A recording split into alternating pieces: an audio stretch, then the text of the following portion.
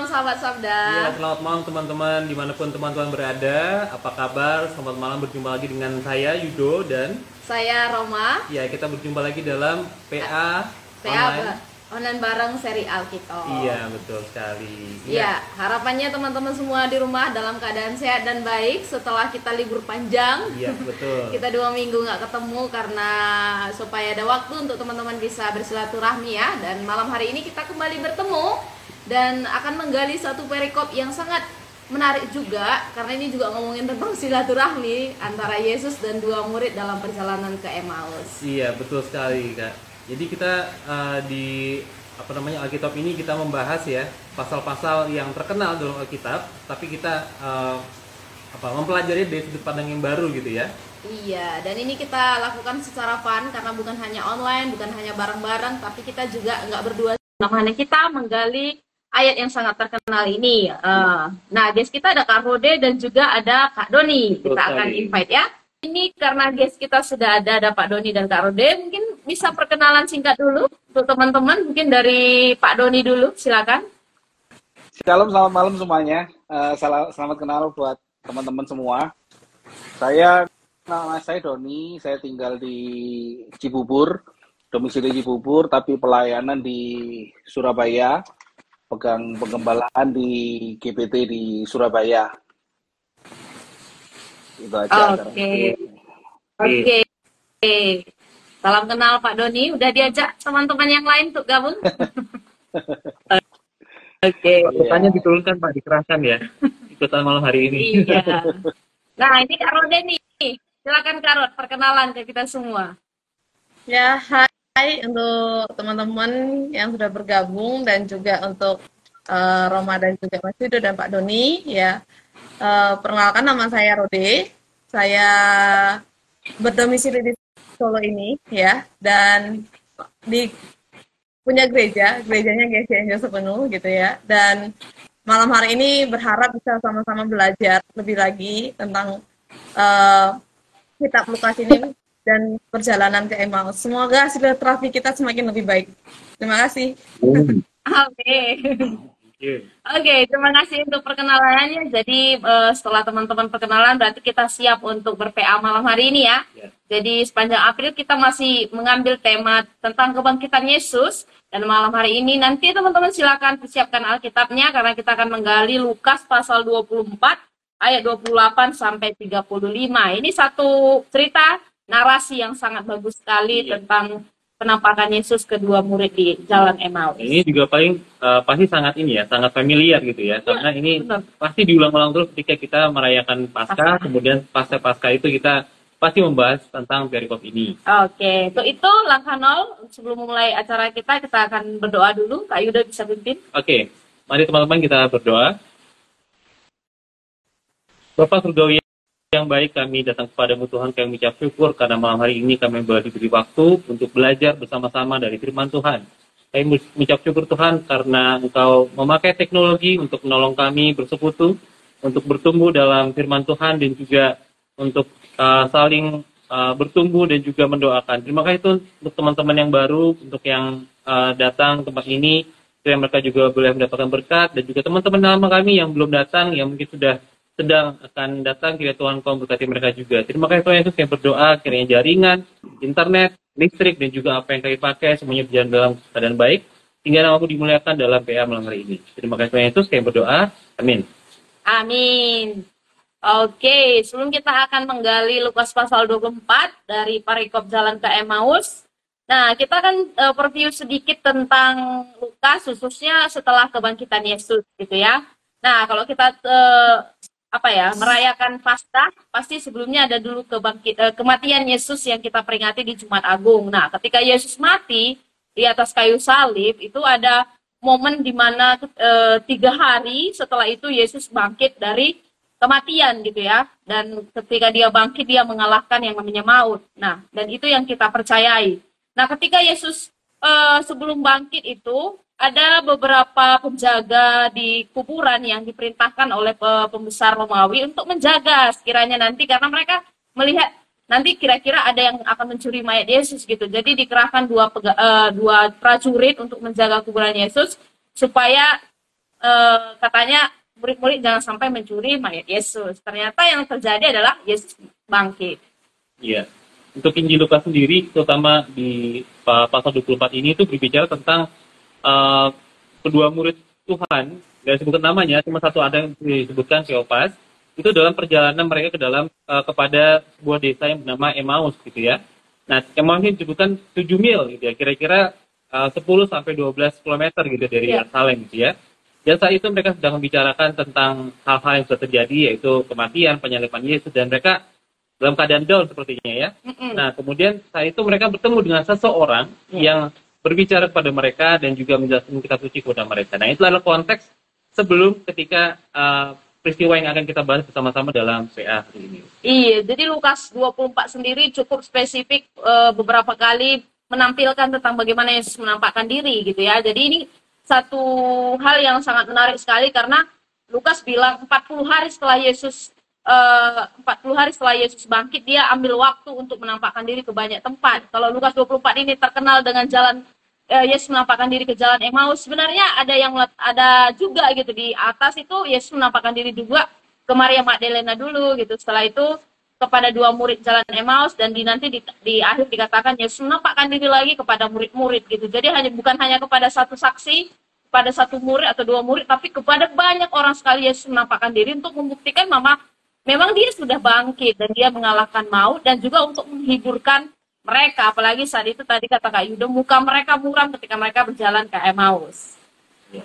Oke. Kita akan mulai membahas atau memilah-milah apa yang kita pelajari, kita akan menggali. Jadi kita pakai metode ya, pakai metode SABDA, itu simak, analisa, belajar, doa, diskusi, dan aplikasi. Tapi sebelum kita bisa menyimak, kita perlu membaca dulu ya. Benar. Jadi kita akan membaca firman Tuhan dari Lukas 24 ayat 28 sampai 35. Ya, kita akan minta teman-teman kita ini membacakan. Untuk Kak Doni, bisakah membacakan dari ayat yang 28 sampai 31, Kak? 28 sampai 31 ya. Oke, Lukas 24 ayat 28 sampai 31, demikian bunyi firman Tuhan. Mereka mendekati kampung yang mereka tuju, lalu ia berbuat seolah-olah hendak meneruskan perjalanannya. Tetapi mereka sangat mendesaknya, katanya, "Tinggallah bersama-sama dengan kami, sebab hari telah menjelang malam dan matahari hampir terbenam." Lalu masuklah ia dan tinggal bersama-sama dengan mereka. Waktu ia duduk makan dengan mereka, ia mengambil roti, mengucap berkat, lalu memecah-mecahkannya dan memberikannya kepada mereka. Ketika itu terbukalah mata mereka dan mereka pun mengenal dia, tetapi ia lenyap dari tengah-tengah mereka. Amin. Ya. Selanjutnya Kak Rode sampai 35. Kata mereka seorang kepada yang lain, bukankah hati kita berkobar-kobar ketika ia berbicara dengan kita di tengah jalan dan ketika ia menerangkan kitab suci kepada kita? Lalu bangunlah mereka dan terus kembali ke Yerusalem. Di situ mereka mendapati ke-11 murid itu, mereka sedang berkumpul bersama-sama dengan teman-teman mereka. Kata mereka itu, sesungguhnya Tuhan telah bangkit dan telah menampakkan diri kepada Simon. Lalu kedua orang itu pun menceritakan apa yang terjadi di tengah jalan dan bagaimana mereka mengenal dia pada waktu ia memecah-mecahkan roti. Oke, demikian jauh pembacaan kita hari ini dari ayat 28 sampai 35, dan kita akan melihat langkah pertama dulu. Di langkah simak, kita akan melihat inti dari setiap ayat yang disampaikan dalam narasi ini, dan nanti silakan teman-teman juga bisa ikut menggali, ikut membaca, dan ikut berkomentar di dalam kolom komentar. Nanti kalau ada pertanyaan, tanggapan, respon, silakan langsung dituliskan di dalam kolom komentar, gitu ya. Oke, kita akan simak dulu untuk bagian 1. Setelah tadi kita baca, ini dari Kak Rode dulu ya. Apa yang terjadi saat mereka hampir sampai di kampung tujuan kedua orang ini, dan mengapa mereka meminta Yesus untuk tinggal bersama mereka malam itu? Silakan. Ya, kalau kita ingat ya, peristiwa kematiannya Yesus pada saat itu, di mana kubur Yesus aja dikawal begitu ketatnya karena pemberitahuan Yesus sebelum meninggal itu bahwa dia akan bangkit di hari yang ketiga. ya. Hmm? Karena hal itu dianggap kan Yesus sebagai pemberontak yang akan mungkin menghancurkan kerajaan Romawi pada saat itu. Maka mereka orang-orang Kristen yang percaya kepada Yesus mengalami ancaman yang besar pada saat itu. Kita ingat ya, Petrus aja sampai melarikan diri, menyangkal Yesus. Nah, ini juga terjadi kepada dua murid ini, di mana mereka ketika dalam perjalanan, mereka juga ingin merasakan rasa ancaman itu, makanya dia ketika ngomong ketemu sama pribadi ini, ya mereka belum tahu kan itu Yesus sama sekali, belum sadar, ya ketemu sama pribadi ini, enak ini ngomong tentang Yesus, mereka pengen lanjut lagi, makanya diajak, ayo kita kumpul bareng, di sini lebih aman dibandingkan kalau kita sambil jalan-jalan membahas tentang Yesus. Saya rasa seperti itu, Rom. Oke. Nah, dan jadi ketika mereka hampir di Emmaus ya, dalam perjalanan ke Emmaus dikatakan mereka meminta Yesus untuk tinggal. Tadi salah satu tujuannya adalah karena itu tadi ya, pengen ngobrol banyak lagi mungkin tentang apa yang diceritakan saat itu ya, karena di atas Yesus sudah banyak ngobrol dengan mereka. Gitu. Kira-kira ada lagi alasan lain? Apakah cuma itu?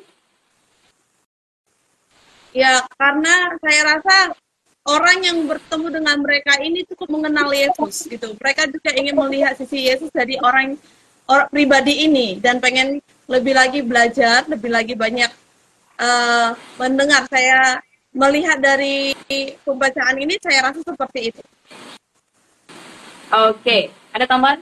Iya, kalau aku tuh juga melihatnya hampir mirip ya, karena waktu sepanjang perjalanan itu si orang ini dia tuh menjelaskan banyak hal gitu tentang apa namanya, tentang hal-hal yang harus terjadi pada Mesias. Dan itu dia membukanya itu dari kitab suci gitu. Dan itu juga mungkin salah satu hal yang membuat mereka juga apa namanya, nanti dijelaskan di ayat berikutnya gitu. Mereka tuh bersemangat gitu mendengarkan hal itu, dan juga ketika tadi saya baca-baca juga ada memang salah satu keramah tamahan dalam bangsa Yahudi zaman dulu ya gitu ya. Jadi kalau udah malam nih, kalau malam kayak kita kan malamnya kan masih ada lampu gitu ya. Kalau waktu kan nggak ada lampu gitu, dan orang ini nih masih jauh mungkin perjalanannya. Jadi mereka meminta supaya orang ini juga datang bersama dengan mereka, tinggal bersama mereka malam itu, dan juga apa namanya, sambil juga mungkin ada tadi motif-motif lain untuk supaya mereka bisa berbicara lebih banyak lagi tentang kitab suci dengan orang ini gitu ya. Iya, jadi kalau kita melihat konteks budaya saat itu memang biasanya sangat lumrah sekali gitu kalau orang bisa bertamu, dan biasanya memang kalau sudah gelap gitu ada satu penafsir bilang orang yang nggak punya akal sehat aja yang mau pulang malam gitu, karena pasti nanti akan banyak penyamun dan ada perampok yang akan ya mungkin bisa mereka dapati gitu. Makanya dikatakan dua murid ini mendesak Yesus untuk tetap tinggal gitu, karena takut nanti Yesus bisa kena rampok dan lain sebagainya, selain dari yang sudah dijelaskan oleh Kak Rode. Nah, oke, kita akan lihat berikutnya apa yang dilakukan Yesus ketika mereka sedang duduk bersama makan pada malam itu. Silakan Pak Doni. Iya, kalau saya melihat suatu hal yang wajar ya, karena Yesus diminta masuk untuk tinggal sama-sama dengan mereka. Pasti dong, nggak mungkin kita ngajak orang, ayo ke rumahku, tapi nggak ada kopi, nggak ada minum, nggak ada kue, nggak ada apa. Nah ini diberikan hidangan, yaitu berupa roti untuk dimakan. Dan sebenarnya kalau saya melihat di sini, pribadi Yesus ini kepingin apa ya, mentraining murid-muridnya. Kalau selama ini Yesus ada bersama-sama mereka, dan saat itu Yesus sudah disalib dan dia sudah bangkit, tetapi murid-muridnya belum semuanya melihat dan belum semuanya percaya, yakin. Nah, mungkin di sini Yesus ingin memberikan sebuah pertanda ke murid-muridnya dengan dia mengambil roti dan mengucapkan berkat atasnya dan memecah-mecah dan membagikannya. Seperti saat Yesus saat sedang hidup. Sama seperti saat Yesus sedang pada Last Supper, perjamuan malam terakhir. Dia melakukan hal itu tujuannya supaya kedua murid ini, yang saya kalau saya belajar, ini mereka mungkin 70 murid yang diutus Yesus secara berpasangan-berpasangan di ayat pasal-pasal sebelumnya. Mereka bisa melihat dan mengerti bahwa, oh, ini Yesus ternyata. Gitu. Jadi Yesus melakukan apa yang dia lakukan pada Last Supper, pada malam perjamuan malam terakhir. Itu, kalau menurut saya sih mungkin seperti itu ya. Oke. Iya betul. Jadi Jelas. kayak ini ya, kayak dejavu gitu kali ya. Ini kayaknya Pernah duduk deh. sama orang ini, terus dia membacakan roti itu kayak siapa gitu gitu ya. Jadi mungkin kayak itu mereka mulai merasakan itu ya. Jadi apa yang Tuhan lakukan pada malam hari itu bersama dengan mereka duduk makan, membacakan roti dan memberikannya kepada mereka itu kayak, tar dulu nih siapa nih orang itu. Jadi kayak Pernah biasa tahu mereka nih kayaknya. selama 3 tahun itu ya. Iya. Iya, benar sekali ya. Jadi ini ngomongin tentang apa yang Yesus lakukan tadi seperti Pak Doni atau Kak Yuda bilang juga Last Supper yang dilakukan Yesus bersama juga dengan murid-murid sebelum Yesus mati. Dan ketika Yesus bangkit, tindakan ini bukan sekedar gabut atau nggak ada acara atau habis obrolan gitu, tapi ada makna yang pengen Yesus tunjukkan melalui tindakannya gitu dengan memecah roti, mengucap syukur dan juga memberikannya kepada mereka. Dan juga waktu pernah ngebahas tentang ini juga, Last Supper itu bukan sekadar apa namanya, sekadar makan bersama gitu, tapi benar-benar Tuhan itu memberikan makna yang dalam di situ supaya ini loh, waktu kebersamaan ini bisa jadi tempat untuk kita bisa apa namanya, menikmati waktu bersama dengan sesama, tapi juga dengan Tuhan sendiri gitu. Jadi benar-benar satu hal yang benar-benar menancap dalam hati mereka itu benar-benar bukan pakai gitu ya, peristiwa seperti itu. Amin. Ya. Nah, setelah kejadian itu ya, setelah Yesus memecah-mecahkan, mengucap syukur dan memberikannya kepada mereka, dikatakan ayat 31, terbukalah mata mereka. Nah, apa artinya terbukalah mata mereka di ayat 31 ini? Ya, silakan Kak Ros. Ya, kalau di ayat 31 ini dikatakan terbukalah mata mereka, di mana Tuhan yang membuka mata mereka. Karena kan seperti yang kita lihat tadi, jadi di mana mata mereka diterangi atau diberikan pencerahan daripada Tuhan sendiri, bukan karena mereka yang berusaha untuk mengenal, tetapi itu adalah anugerah yang Tuhan berikan untuk mereka mengenal Kristus yang ada bersama dengan mereka saat itu. Jadi karena kan kalau kita baca di ayat 16 sebelumnya ya, perikop yang sebelumnya itu di mana kalau dikatakan di Maria dan yang lainnya itu matanya tertutupi oleh sesuatu gitu, yang artinya Tuhan, hanya Tuhan sendiri yang bisa membukakan pencerahan atau pengertian yang benar tentang keberadaan Kristus sejati di dalam kehidupan mereka. Itu sih menurut saya. Iya ya, di ayat 16 dikatakan ada sesuatu yang menghalangi mata mereka. Jadi di sini bukan literal mereka buta gitu ya, tapi ada makna simbolis yang sedang Tuhan mau katakan di sini, di mana tadinya ya, seperti Kak Rode bilang diterangi, ada hal yang terbuka gitu, itu bukan fisik tapi secara rohani, di mana mereka melihat keberadaan Yesus. Iya, mungkin kalau kita baca gitu ya, kita baca sampai ke bawah gitu, nanti ada satu kata juga muncul lagi kata itu, dan itu benar-benar satu kata gitu ya. Kok ada 3 kata yang benar-benar di 3 peristiwa yang berbeda, dia punya makna yang apa namanya? Kalau di ayat 16 itu mata, di sini juga mata, tapi ada unsur-unsur rohaninya. Nanti di ayat paling bawah, bagian bawah ayat 45, itu dikatakan juga tentang mata yang terbuka gitu. Nah itu jadi satu apa namanya? Penulis itu memakai kata yang sama untuk menekankan gitu. Jadi kata yang dipakai di ayat 40 itu terbukalah mereka terhadap kita suci gitu kan. Jadi kan kayak satu hal yang ini bukan lagi soal fisik gitu. Ini bukan lagi soal pengenalan secara nalar gitu ya, tapi suatu hal yang memang sesuatu yang bukan berasal dari dunia itu yang menahan mereka untuk mengerti atau memahami Tuhan Yesus. Oke. Nah, dan kita coba lihat lagi di ayat berikutnya ya, di ayat 32 ini, setelah akhirnya mereka tadi terbuka matanya ya. Setelah mata mereka terbuka, perasaan apa yang diingat tentang Yesus? Kalau kita bisa lihat di ayat yang ke-32. Ya, mungkin bisa balik ke Pak Doni lagi. Iya.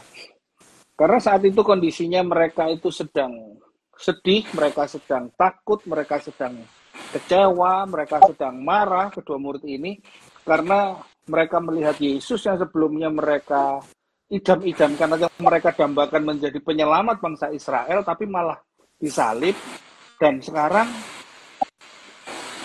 kok nggak ada mayatnya. Nah, mereka takut.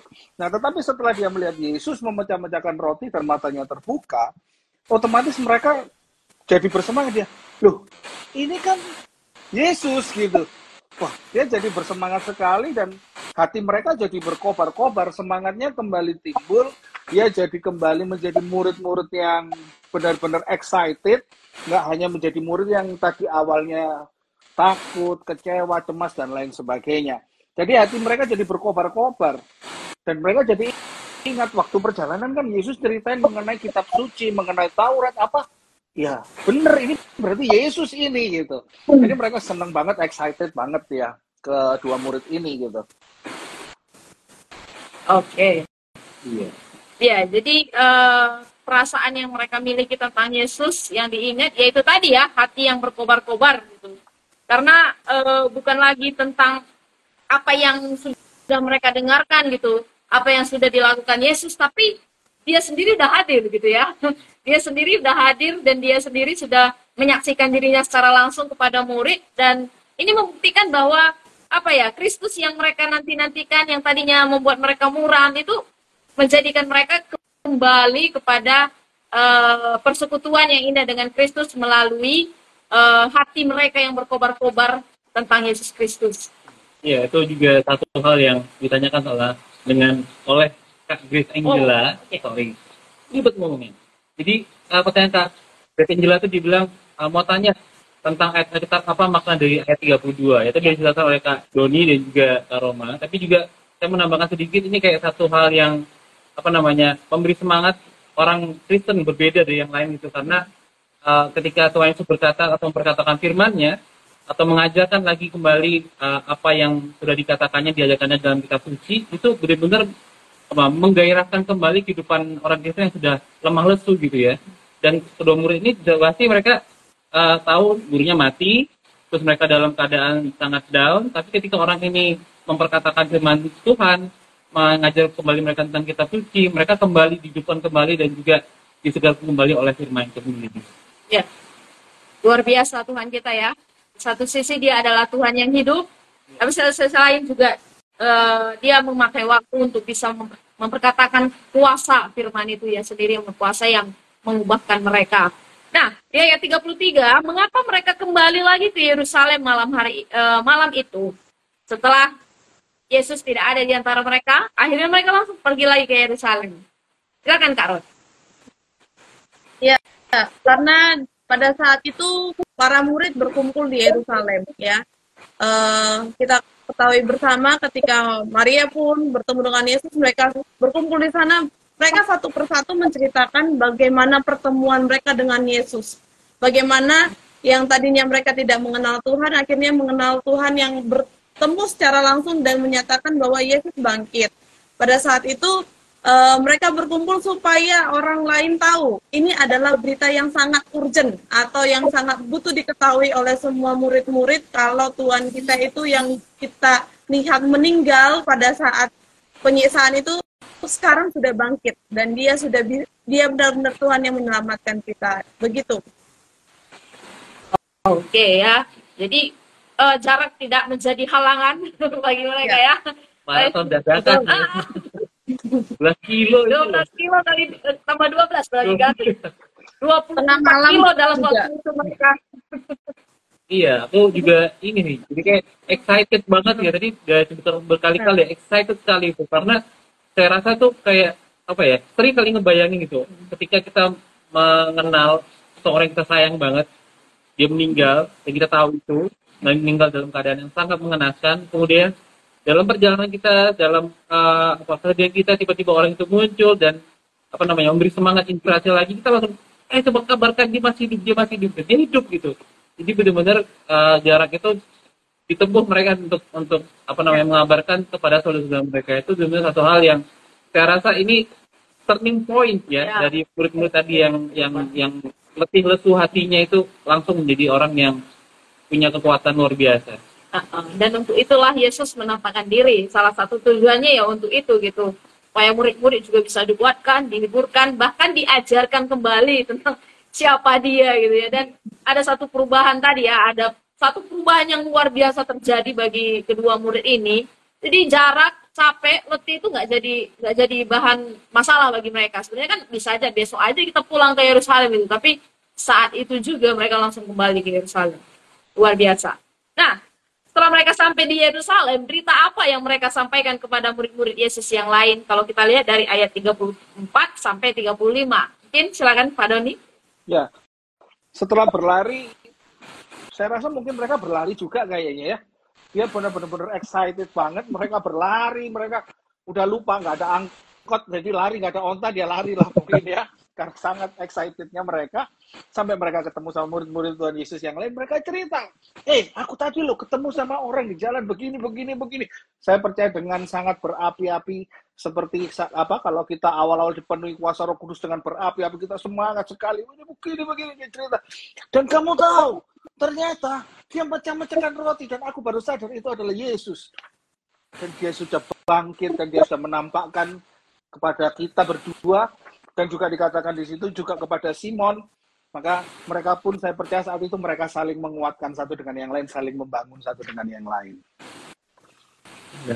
Wow, ya, jadi ini satu pengalaman yang berarti bagi mereka. Jadi mereka juga nggak mau pendam sendiri gitu ya, mereka bersaksi ya. Iya, jadi perlu disampaikan kepada murid-murid yang lain. Kalau di mana nanti murid-murid yang lain juga masih mengalami keraguan dan lain sebagainya. Ya, ini jadi satu poin untuk mereka bisa kabarkan itu bahwa benar-benar nih Yesus Tuhan kita itu sudah bangkit.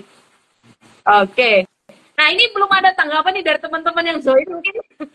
Saya tidak tahu, mungkin terlalu asik mengikuti karena ini satu narasi yang sangat indah sekali kalau kita gali bersama. Silakan teman-teman kalau ada yang ingin menanggapi juga bisa banget. Nanti kita akan bahas bersama mungkin tanggapan teman-teman.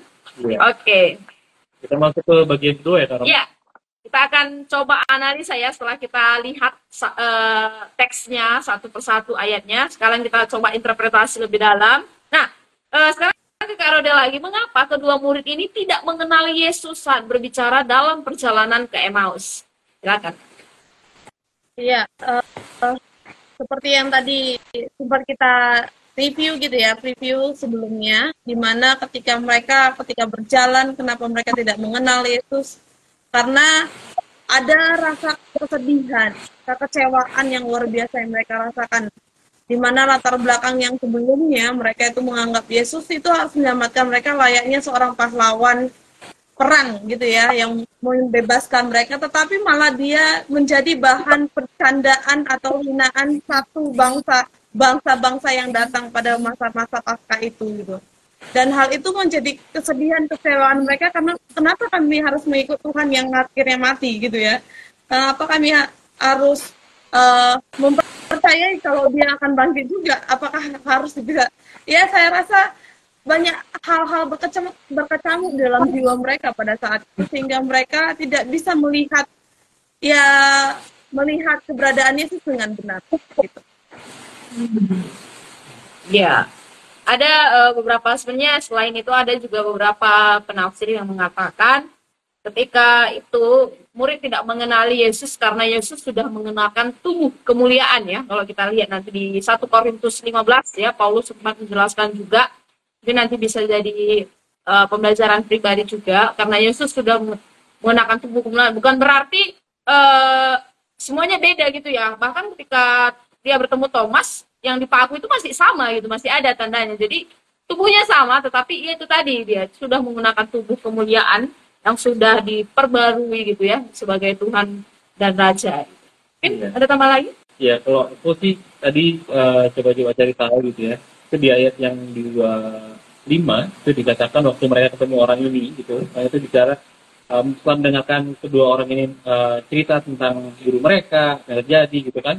Ayat 25 dibilang, "Hai kamu orang bodoh, betapa lambannya hatimu sehingga kamu tidak percaya segala sesuatu yang telah dikatakan para nabi." Jadi coba cari tahu, oh ternyata bodoh ini bukan tentang satu intelijensia gitu ya, tapi juga lamban juga bukan tentang kemampuan menalar yang lambat, enggak. Tapi ternyata mereka tuh bicara tentang orang ini bicara tentang hati gitu. Karena ayat 20 dibilang, kamu tidak percaya segala sesuatu yang telah dikatakan para nabi. Itu udah tertulis berarti kan, udah tertulis dalam kitab suci, kitab para nabi, nubuat-nubuatan, dan mereka pasti orang Yahudi punya sistem belajar Taurat yang sangat ketat ya. Tapi mereka nggak percaya loh. Nah itu yang dibilang sama Tuhan Yesus ini ketika ayat 25 ini, kamu lamban gitu, kamu bodoh gitu. Kenapa kamu nggak mengerti? Nah itu setelah itu baru dibukakan oleh pengajaran dalam perjalanan itu ya. dibukakan mata mereka, pengertian mereka dulu tentang kitab suci, baru setelah itulah ketika mereka duduk makan, Tuhan Yesus membuka mata mereka. Itu sih. Iya, jadi selain pengalaman yang membuat mereka sakit, capek, dan muram itu tadi juga karena perihal lamban ini menyangkut tentang kebenaran yang mereka terima gitu, atau kebenaran yang saat itu mereka pegang gitu, dan di situ Yesus ngomongin. Makanya ini menurutku satu pendidikan yang bagus sekali dari seorang pemimpin gitu, karena pemimpin bukan hanya cuma ngomongin kamu salah dan lain sebagainya gitu, tapi dia kembali menjelaskan apa yang benar sesuai dengan kitab suci gitu. Dia memfokuskan kepada dikatakan kitab para Musa, nabi-nabi itu ngomongin tentang PL semuanya gitu ya, rangkuman dari PL gitu, dimana itu adalah inti yang berkaitan dengan nubuat Yesus yang mati, menderita, tapi juga akan bangkit gitu. Jadi fokusnya kepada pengenalan terhadap kebenaran. Makanya murid-murid saat itu belum sepenuhnya dibukakan mata mereka, karena yaitu tadi terkait perihal kebenaran yang benar di dalam Yesus yang belum mereka percayai. Ada tambahan dari Pak Doni mungkin, atau bagaimana terkait bagian ini? Ya, kalau saya melihat karena ada sesuatu yang menutup mata mereka ini, bukan mata secara fisik seperti yang tadi disampaikan, tapi kepada mata rohani, di mana mata rohani itu adalah hal-hal yang mereka sedang alami saat itu. Kondisi mereka, kekecewaan mereka, kesedihan mereka, kesakitan mereka, kepedihan mereka, ya semua hal yang mereka sedang hadapi itu yang membuat mereka tidak bisa melihat bahwa ada Tuhan, bahwa ada Yesus yang hadir bersama-sama dengan mereka. Jadi mata rohani mereka ini jadi tertutup gitu, karena hal-hal yang seperti itu. Sehingga itu yang membuat mereka tidak mengenali. Padahal di firman di ayat yang sebelumnya dikatakan, mereka tidak hanya sekedar ngomong sambil berjalan, tetapi mereka berhenti. Artinya berhenti kan kita bertatap muka gitu. Harusnya kan kita bisa tahu gitu. Tapi ya karena apa yang mereka alami mungkin terlalu berat bagi mereka, sehingga mereka tidak menyadari bahwa atau tidak bisa melihat Yesus yang sudah bangkit saat itu bersama-sama dengan mereka. Oke. Ya, bagus sekali. Jadi ini satu catatan juga bagi kita teman-teman sekarang ini yang sedang hidup dalam masa yang mungkin berat bagi kita, atau masa yang penuh kekecewaan, pergumulan. Jangan sampai kita mengasampingkan yang lebih besar gitu ya, tentang kebenaran, tentang Yesus. Akhirnya kita terpukul hanya di masalah-masalah itu aja. Membukakan mata kepada Yesus itu benar-benar bukan hanya satu hal yang yang puitis gitu ya, kata-kata yang puitis, tapi benar-benar satu langkah iman gitu ya, untuk melihat di di luar segala kenyataan hidup kita tuh ada satu realitas yang lebih tinggi lagi daripada itu, dan pandanglah ke sana. Jadi benar satu hal yang memberkati ketika kita membaca bagian ini ya. Oke, nah kita coba analisa bagian lainnya. Ini terkait perubahan yang terjadi. Jadi perubahan apa yang terjadi dalam diri kedua murid ini setelah mata mereka terbuka? Ya mungkin Kak Rode, Pak Doni ya sekarang. Pak Doni. Maaf Pak Doni. Ya, yang pasti mereka ada yang namanya life changing. Mereka ada perubahan hidup. Dari yang awalnya sedih, muram, dan lain sebagainya, begitu mereka melihat Yesus dan mereka mengenal Yesus, ada perubahan hidup terjadi di situ. Mereka yang awalnya waktu jalan ke Emmaus, mereka berdua sambil ngobrol, sambil nangis mungkin, ya kan? Begitu tahu Yesus, mereka lari pulang kembali ke Yerusalem yang jaraknya 12 kilo untuk menyampaikan itu. Artinya ada perubahan hidup dalam kehidupan kedua murid ini gara-gara mereka ketemu Yesus tadi itu. Dan itu yang sangat penting, dan hati mereka jadi percaya, mereka jadi memiliki semangat yang luar biasa, dan mereka pun bisa membangkitkan semangat teman-temannya, murid-murid yang lain dengan mereka menceritakan apa yang mereka alami bersama dengan Yesus. Amin. Ada tambahan dari Kak Rode? Ya, merasa bersyukur sih, karena perubahan itu terjadi karena Tuhan yang sendiri yang membukakan mata mereka, dan mereka mengubah yang tadinya cara pandang mereka yang inginnya melihat negaranya dibebaskan gitu, tapi lebih kepada jiwa mereka dibebaskan bersama dengan Tuhan, dan orang-orang lain pun mendapatkan kebebasan yang sama seperti yang mereka rasakan. Itu sih. Iya.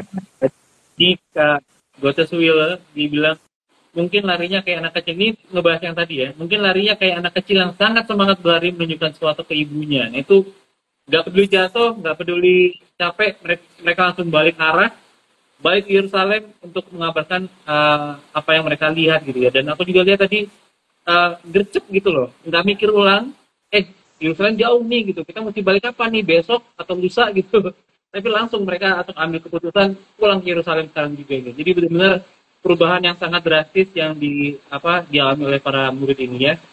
Iya, jadi orang yang sudah mengenal Yesus, orang yang sudah tahu kasih Yesus, itu nggak mungkin berdiam diri gitu, nggak mungkin menyimpannya sendiri gitu. Tapi pasti ada kerinduan yang besar untuk ayo ngomong, ayo, itu tadi ya, semangat yang berkobar untuk cerita, untuk bersaksi apa yang mereka sudah dapatkan gitu. Dan itulah hidup Kristen yang sejati ya. Kita tahu sama-sama bahwa ketika kita sudah mengenal Kristus, ya kita nggak cerita gitu tentang kebaikan Yesus, tentang pengenalan kita akan Yesus, bahkan tentang yang utama yaitu keselamatan yang hanya ada di dalam Yesus, itu perlu sekali kita ceritakan kepada orang lain. Dan itu yang dilakukan dua murid ya. Mereka mengesampingkan fisik mereka seperti apa, yang utama adalah kerajaan Yesus itu harus diberitakan gitu. Nah, ini kita sudah lihat langkah yang bagian kedua. Sekarang kita coba gali lagi ya dalam pembelajaran kita. Teman-teman yang di rumah masih ada waktu, kalau ingin berkomen, menyampaikan pendapatnya, silakan. Karena mungkin teman-teman juga udah sering gali, sampaikan pendapatnya dalam forum ini juga boleh banget ya. Nah, kita coba lihat ke langkah belajar. Apakah Yesus dengan sengaja tidak memperkenalkan diri kepada kedua murid sejak awal? Dan kalau iya, mengapa? Dan kalau nggak, mengapa? Silakan Kak Rode. Iya, saya rasa bukan karena Yesus tidak ingin memperkenalkan diri, ya. Karena pada saat itu memang keadaan mereka sulit untuk menerima keberadaan Yesus, ataupun bahkan seperti yang tadi kita sudah bahas gitu ya, wajah Yesus ataupun perawakan Yesus tidak lagi dengan keadaan yang sama, berbeda gitu ya. Jadi ketika Yesus menampakkan diri kepada mereka, bukan karena Yesus sengaja untuk tidak memperkenalkan diri kepada mereka, karena Tuhan ingin lebih utama. Yang utama adalah mereka mengenal Yesus secara pribadi dan mengalami kesadaran yang penuh kepada Kristus, bukan hanya kepada pengenalan secara fisik gitu ya, melainkan pengenalan di dalam kehidupan mereka, dan mereka juga semakin mengalami pertumbuhan dalam iman kepada Tuhan, seperti itu. Oke, jadi ada satu sebenarnya tujuan gitu ya yang ingin Yesus mau sampaikan kepada mereka. Mungkin ada tambahan dari Pak Doni? Ya, kalau dari saya sih, apakah Yesus sengaja untuk tidak memperkenalkan dirinya? Bagi saya di sini terlebih kepada Yesus ingin melatih muridnya, di mana selama ini mereka hidup bersama-sama, mereka melihat secara fisik, mereka berhubungan secara fisik, kehadiran Yesus ada secara fisik, dan setelah ini tidak ada lagi kehadiran Yesus secara fisik. Tetapi Yesus di sini ingin mengajarkan bahwa aku mungkin sekarang nggak bisa hadir secara fisik sama kamu, tapi kalau kita belajar di kelanjutannya, ada Roh Kudus yang Tuhan perintahkan untuk menyertai kamu gitu. Jadi di sini Yesus ingin mengajarkan bahwa yang biasanya ketemu secara fisik kayak Rode tadi katakan, sekarang bukan hanya sekedar secara fisik, tapi lebih kepada secara rohani, mata rohani yang bisa melihat Yesus meskipun Yesus tidak ada secara fisik bersama-sama dengan para murid. Oke, terima kasih Pak Doni. Jadi jelas ya, tujuannya Yesus tadi untuk melatih, membimbing, mengajar, mendidik, dan nadanya sangat bagus sekali gitu ya, karena Yesus mulai dengan percakapan dengan mereka gitu ya. Seakan-akan kalau di sini kan sedang ngomongin apa sih gitu, padahal kan yang diomongin yaitu dia sendiri gitu. Tapi itu tadi gitu, ada maksud Yesus untuk memperkenalkan dirinya, nggak langsung hey aku Yesus loh, enggak gitu. Tapi dia mau coba melatih dulu, mendidik dulu seberapa jauh mereka mengenal, seberapa jauh mereka tahu kebenaran itu. Dan disitulah ketika sampai waktunya Yesus menjelaskan tentang siapa dia dan bagaimana kebenaran yang sejati di dalam kebangkitannya gitu ya. Oke, ada pertanyaan nih teman-teman, silakan bisa menjawab. Pak Doni ataupun juga Kak Rode, ada satu pertanyaan dari Kak Rey ya. Kenapa ketika murid-murid sudah terbuka matanya justru malah Yesus menghilang di ayat 31? Silakan Pak Doni atau Kak Rode bisa menjawab.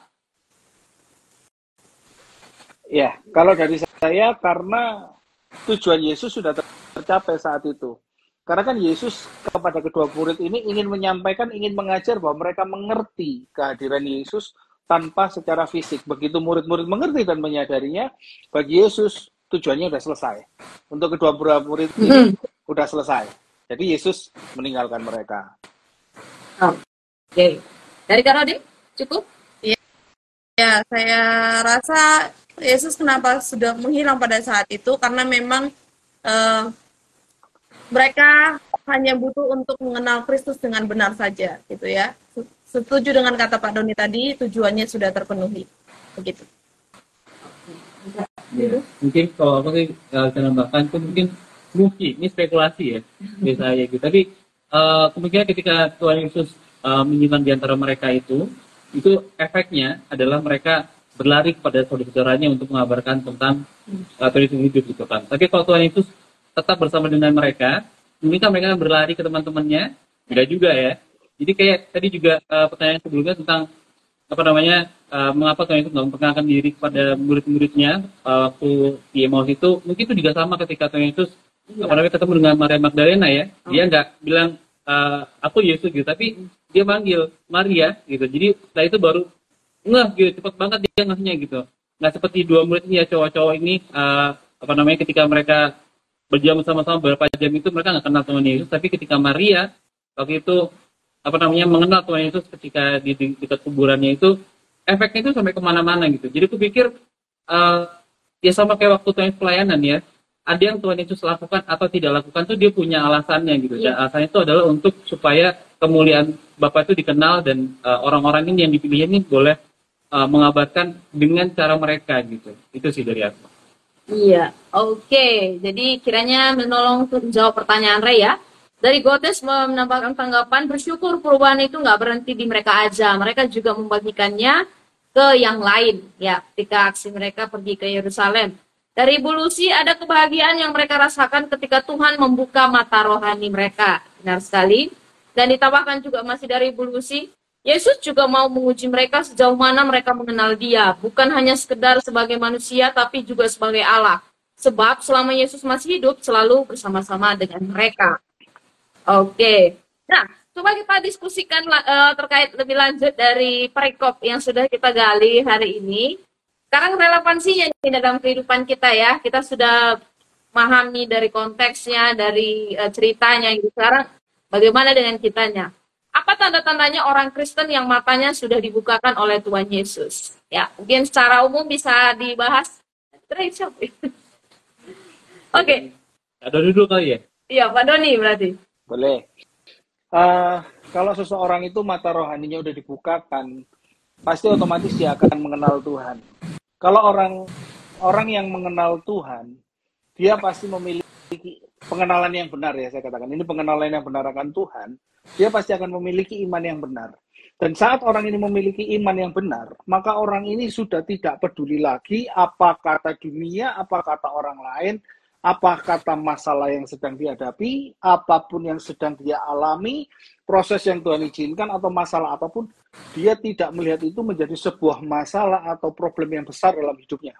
Karena dia punya iman yang benar dan dia percaya bahwa Tuhan Yesus yang sudah mati dan bangkit ini jauh lebih besar daripada apapun.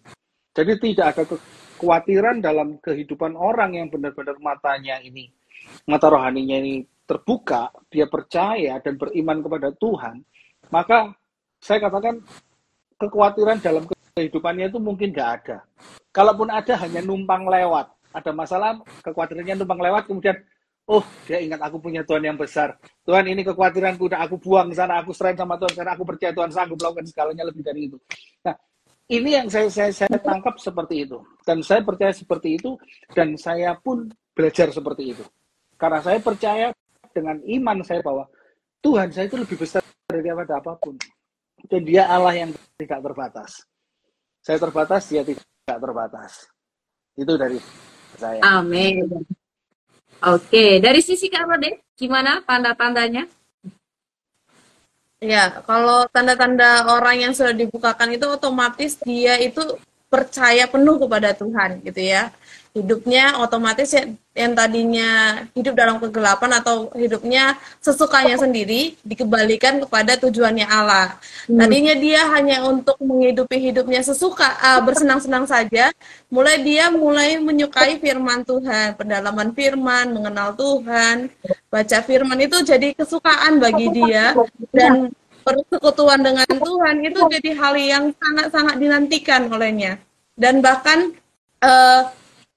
bukan kayak tadi ya, para murid bukan hanya puas untuk dirinya, tapi dia ingin orang lain juga tahu akan cerita tentang Tuhan itu. Jadi otomatis orang yang sudah dibukakan itu tidak lagi egois, melainkan menjadi orang yang terbuka kepada orang lain dan terbuka kepada apa yang Tuhan inginkan dalam hidupnya.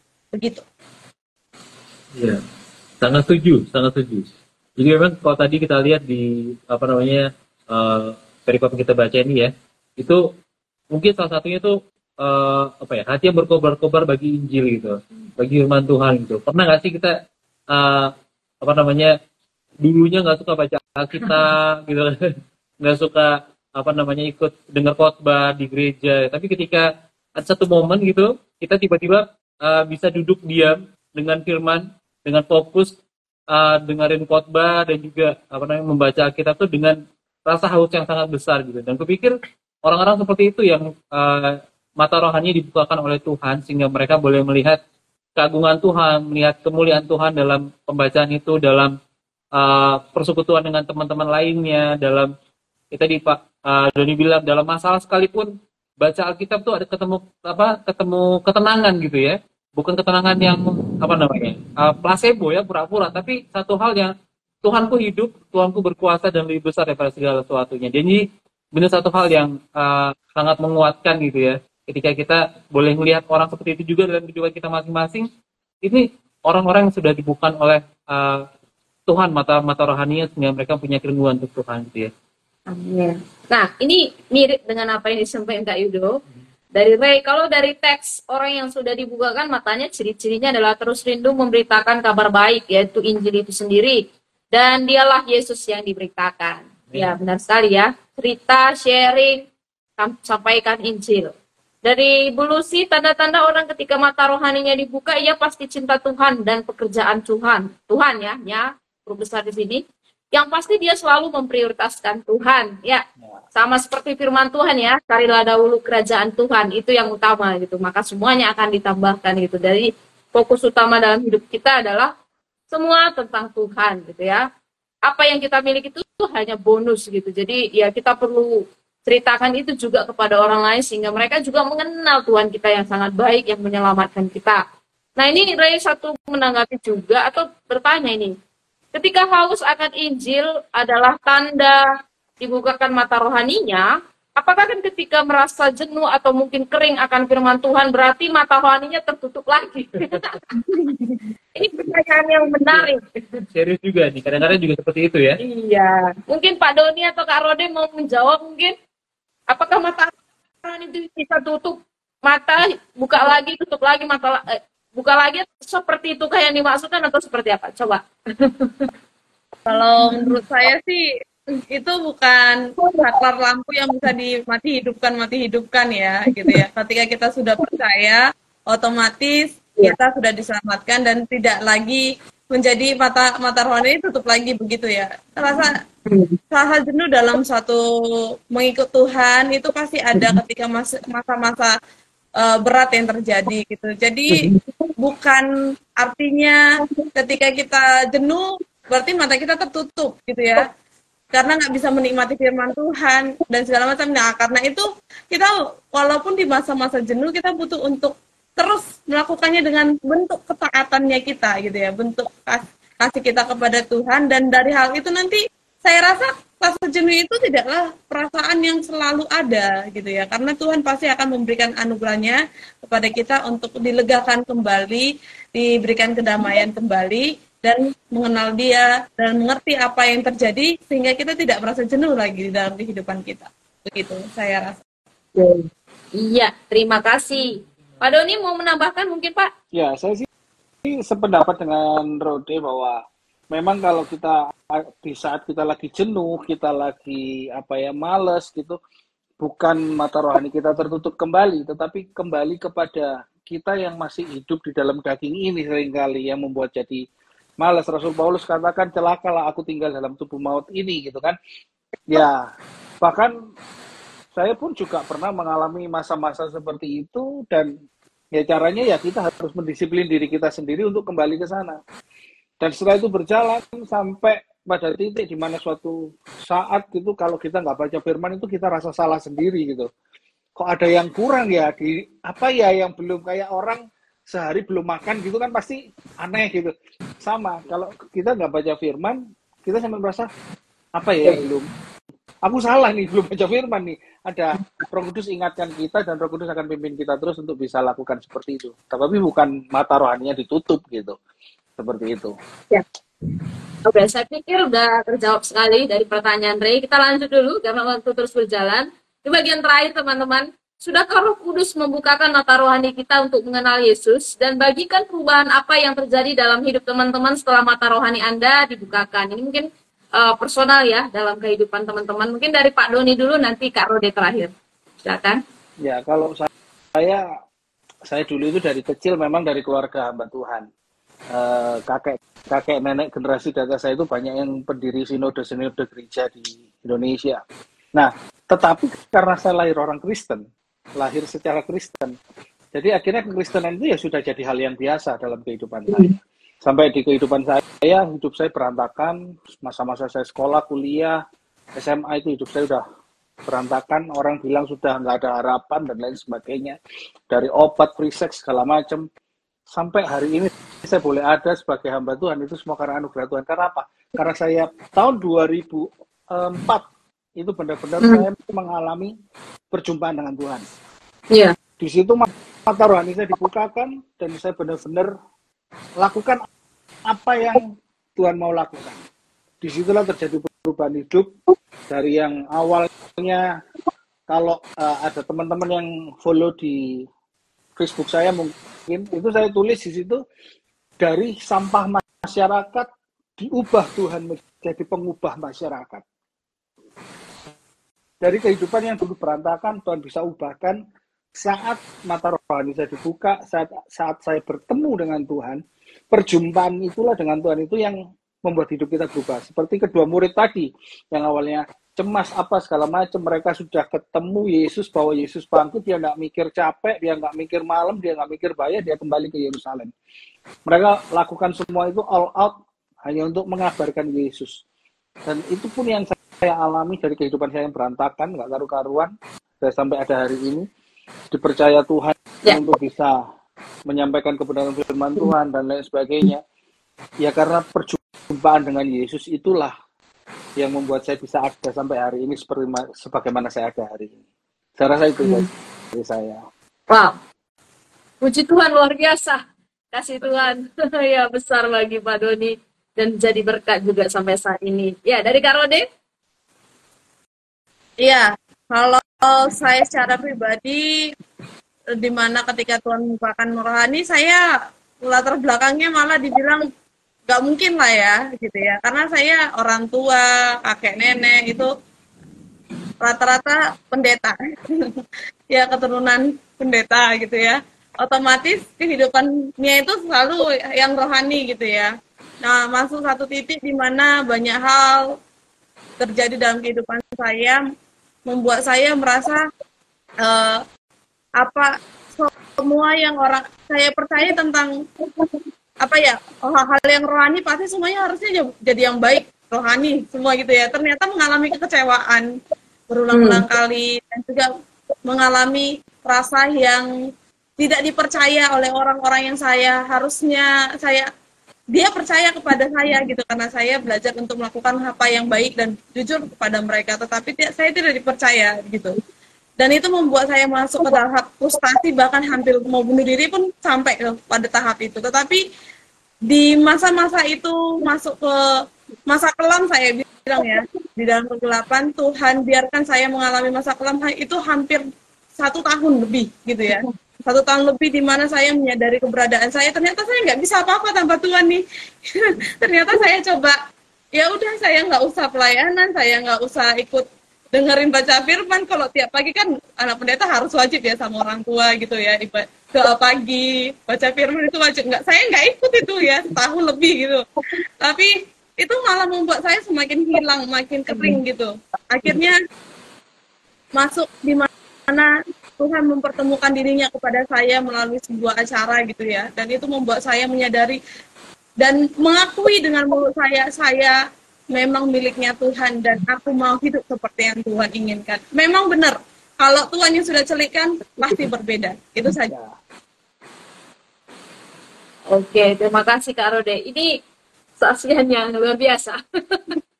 Saya kalau dengar kesaksian bagaimana Tuhan mengubahkan, ya melihat luar biasa Tuhan bekerja gitu dalam kehidupan kita. Sebenarnya saya juga mau bersaksi, tapi waktunya kurang. Jadi mungkin dalam kesempatan lain gitu ya. Tapi dari 2 kesaksian teman kita, Pak Doni, Kak Rode, sudah sangat menghiburkan kita juga bagaimana menguatkan kita juga untuk terus mengasihi Kristus, memuliakan Kristus dalam segala kehidupan kita karena Dia adalah Tuhan yang hidup. Dan ini mungkin dari respon terakhir saya sebelum kita menutup acara kita malam hari ini ya. Ayo, Yesus sudah bangkit. Sekali lagi kita ngomongin tentang kebangkitan Yesus. Dan sebenarnya Paskah sudah kita lakukan 3 minggu yang lalu. Tapi bukan berarti kita cuma akan ingat itu setiap tahunnya gitu ya. Tapi ini terus berkelanjutan untuk kita melihat Tuhan kita yang hidup. Dia lebih besar dari masalah kita. Dan kita harus ceritakan tentang Dia yang hidup supaya orang lain juga bisa kenal tentang Dia. Mungkin kesimpulannya bersama yang Kak Yudo. Iya, kalau dari saya kesimpulannya, kalau kita udah pernah sering dengar tentang perjumpaan dengan Kristus gitu ya. Tapi ada juga istilah juga yang lain, pengenalan akan Kristus. Bukan hanya berjumpa, tapi mengenali Kristus sebagaimana Dia adanya, yaitu sebagai Tuhan dan Juru Selamat. Itu benar-benar mengubahkan hidup kita gitu ya. Tadi kayak belajar untuk seperti kedua murid tadi, mata dibukakan, hidupnya diubahkan, dan tidak ada yang bisa dikatakan atau dikabarkan selain daripada Tuhan yang hidup itu sendiri. Yaitu dari saya. Oke, kita akan pengumuman dulu. Iya, jadi terima kasih sekali lagi Pak Doni, Kak Rode yang sudah berbagi luar biasa hari ini. Kiranya diberkati dalam pelayanan dan terus menjadi berkat juga untuk kemuliaan Tuhan. Oke. Nah, silakan Pak Doni bisa menutup Pak untuk kegiatan kita hari ini. Mari kita sama-sama tundukkan kepala kita berdoa.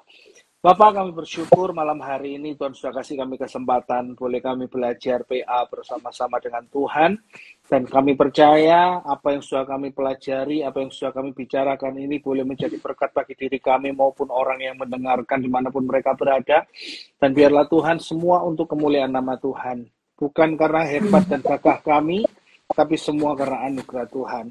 Dan biarlah Tuhan memberkati setiap kami, baik hamba-Mu yang ada di IG maupun mereka semua yang mendengarkannya, dan biarlah damai sejahtera sukacita Tuhan mengalir memenuhi setiap kehidupan kita dari sekarang sampai selama-lamanya. Haleluya.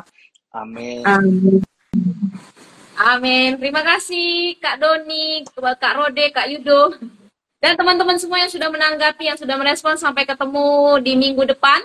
Kami pamit. Salam. Ayo PA. Ayo PA. Dan Bapak Ibu teman-teman, kita akan ketemu minggu depan pasti di jam yang sama 7:30 waktu Indonesia Barat, dan masih di IG yang sama ayo.pa. Teman-teman bisa follow, ikutin, dan kalau ingin menjadi guest juga nanti bisa kontak kami seperti Pak Doni, seperti Kak Rode, bisa menjadi guest dan belajar bersama-sama dengan kita. Jangan takut karena ini firman Tuhan yang kita pelajari ya. Ya, dan minggu depan itu kita topiknya penting banget dan juga exciting banget, yaitu adalah tentang amanat agung. Ya, jadi berkelanjutan dari PA kita hari ini akan berkelanjut dengan PA minggu depan untuk kita bisa menjadi serupa dengan Kristus.